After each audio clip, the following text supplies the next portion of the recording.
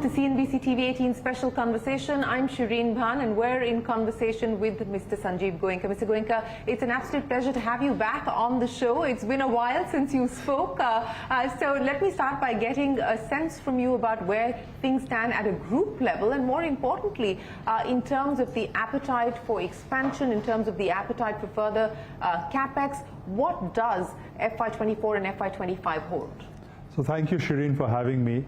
Yes, I must confess it's after a long while. I've actually been absent from all media, and if I had to come back, there's no one better than CNBC TV18 and Shereen Bhan. Thank you for that. So, yes, for us, this is now a period where we're going to be investing significantly across our businesses in terms of research, in terms of capacities, in terms of growth. The last few years were a period of consolidation, of reinvention, of application development, but now all that is done, practically done. So it's now going to be very high on in terms of growth. So all our businesses will be expanding significantly. But the biggest expansion will be in the chemicals and the carbon black sector. But of course, every business is growing exponentially. Before I get specifically to PCBL, because you said that that is going to be the growth engine in terms of expansion plans, but what would the group level capex be, for instance, over the next 12 to 18 months? Over the next 12 to 18 months, we will be spending about 35,000 crores. And over the next 3 years, about 50,000 crores. And what's the growth aspiration? You've now got a market cap of almost, what, $7 billion? What's the growth aspiration? We touched 70,000 crores this morning, I'm told. And this is without taking our unlisted ventures. But over the next 30 months, 2 lakh crores. 2 lakh crores is the target that Yes. you're working with. Let's now talk about PCBL in specific. It is, of course, as you pointed out, the largest producer of carbon black in the country. I'm just taking a look at your financials. From 3,244 crores in FY20, you've gone up to 6,420 crores in FY24. There's been a margin expansion from 14% to about 16%. Your profit after tax has gone from 288 crores in FY20 to 491 crores. What's the ambition? What's the aspiration, both on growth as well as expansion for PCBL specifically? So PCBL will grow in rubber blacks, but more importantly in specialty blacks, so where your margins become much higher. In rubber blacks, you make X%. In specialties, you make X plus so much. And that's the reason for the 14% going to 16. The 16 would actually probably go up to about 17, 18 as we go along.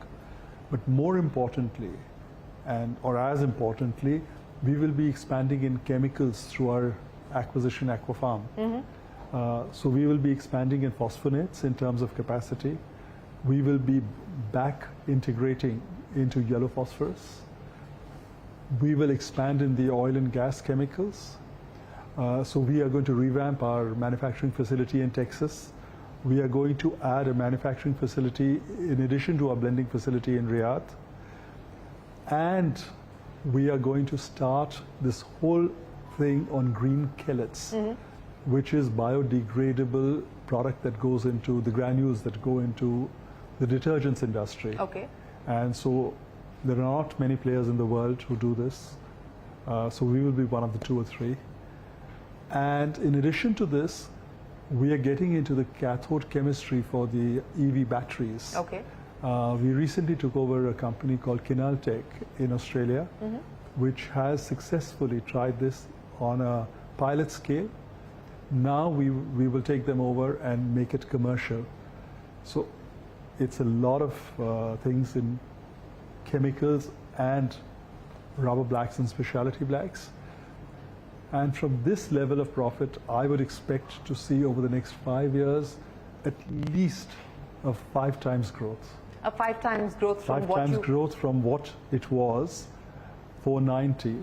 I would expect it to be at the 490 translating into between 2,400 and 2,500.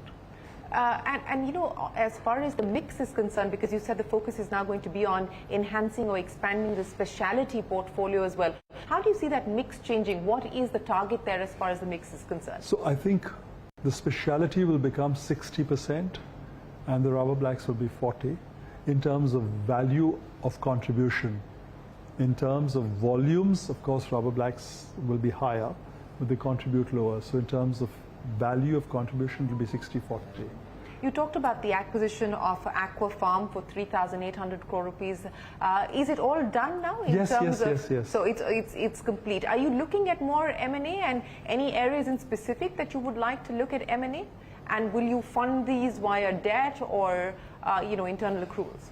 So it'll be a combination of debt, internal accruals, and maybe equities at some stage. So it's got to be a combination. But I'm a debt-averse person. So I don't believe in debt. So debt at best or worst, as the case might be, is very short-term in my case. So even if I take debt, at a group level, we will never exceed 1.5:1 debt equity. That is something that we are very clear about. And that is the guidance to each of the companies. So PCBL as a whole remains at about 0.7:1 despite everything. And it'll go down. But as we keep expanding, as we keep investing, there will be some long-term debt. But everything that will get repaid very soon by way of internal accruals. So anything on the anvil, anything on the radar at this point in time in terms of future M&A for PCBL specifically? You know, M&A I think is becoming a way of life. So there are dialogues happening across at any point in time. But 1 out of 10 actually transpires, and actually gets converted into reality. So it's premature to talk about it, but yes, there are dialogues happening. So finally, before I move on to First Source, the last question as far as PCBL is concerned, what kind of capacity expansion do you believe you're going to be able to take on between now and the next 5 years, the target that you've set? So I think over the next 5 years, we certainly see ourselves doubling capacity between greenfield and brownfield. We see ourselves greening a lot more in terms of product and product mix. We see a lot more expansion in the chemical space. So we are just setting up a new factory in Maharashtra and Mahar for phosphonates and oil and gas chemicals. I just told you we are going to revamp our factory in Texas. We are going to effectively set up a new factory in Riyadh. So then we will be setting up this green chelates facility. So it's a lot of activity across the board. Well, speaking of activity, let me now move from chemicals and move to talk about what's happening on the IT side with First Source. You've got a new CEO coming in September, Ritesh Idnani. The guidance for FY25, a growth of between 10 to 13% and margin of 11 to 12%. How is this business shaping up for you? Again, what's the aspiration now as far as First Source is concerned? Since you are setting 5-year targets at this point in time, let me ask you what you hope to do with First Source. I would actually expect profits, PAT, to grow about 2.5 times in the next 3 years. We've got our building blocks clear. We are expecting, what we've done is very simple Banya unlocks. Cash flow and cash is king. Cash flow and cash is king. So shift to high margin businesses, focus on costs, shift to expanding wallet share with existing customers, move to more and more higher margin businesses as opposed to lower margin businesses. We are acquiring as we go along. We've just in the process of completing an acquisition that we did in America recently, and the integration is just about happening. And that's a constant process. So to get into higher margin offerings, to become more and more relevant to our customers, to shift the onshore-offshore mix, to reduce attritions, to invest in people and quality of services, to invest in technology, to invest in analytics.